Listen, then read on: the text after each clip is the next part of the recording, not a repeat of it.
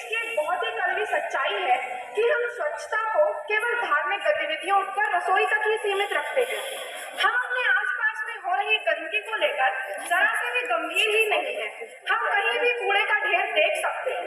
यहाँ तक कि आजादी के 72 साल बाद भी ये सच में शर्मनाक है कि अपने आसपास में हो रही गंदगी को लेकर भी हम ही लोग जिम्मेदार हैं। और इसी गंभीर समस्या को देखते हुए भारत सरकार ने 2 अक्टूबर 2014 को दिल्ली के राजघाट पर भारत को स्वच्छ बनाने के उद्देश्य से स्वच्छता भारत अभियान की शुरुआत की, जिसका लक्ष्य 2 अक्टूबर 2019 तक हर घर में शौचालय बनवाना, गांव में स्वच्छता का वातावरण होना और उनके लिए शुद्ध व पर्याप्त मात्रा में पीने का पानी उपलब्ध करवाना था। भारत सरकार ने तो इसमें अपना भरपूर योगदान दिया, क्योंकि भारत को स्वच्छ देखना महात्मा गांधी का एक सपना था। इसीलिए भारत के प्रधानमंत्री स्वयं श्री नरेंद्र मोदी जी ने भी इसमें अपना महत्वपूर्ण योगदान दिया और इसे निरंतर बनाए रखने के लिए उत्तर प्रदेश के मुख्यमंत्री श्री आदित्यनाथ योगी जी ने भी प्लास्टिक बैग व पान मसाले पर बैन लगाकर अपना कर्तव्य निभाया। भारत सरकार ने तो स्वच्छ बनाने के लिए हर मुमकिन प्रयास किए, लेकिन अब बारी हम लोगों की आती है।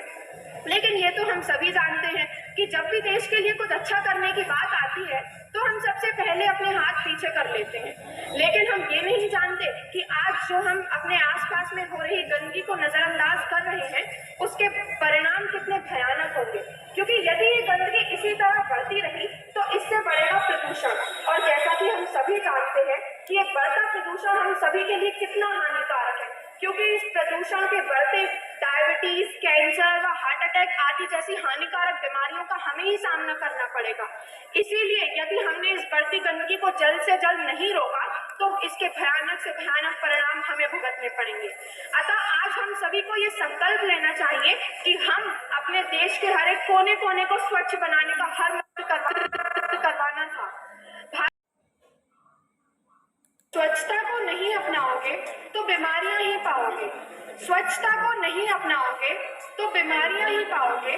ये देश तो आपका अपना है, इस भारत को नहीं तो किसे स्वच्छ बनाओगे। अपने देश से अपने वादा कर लिया हमने स्वच्छ भारत का।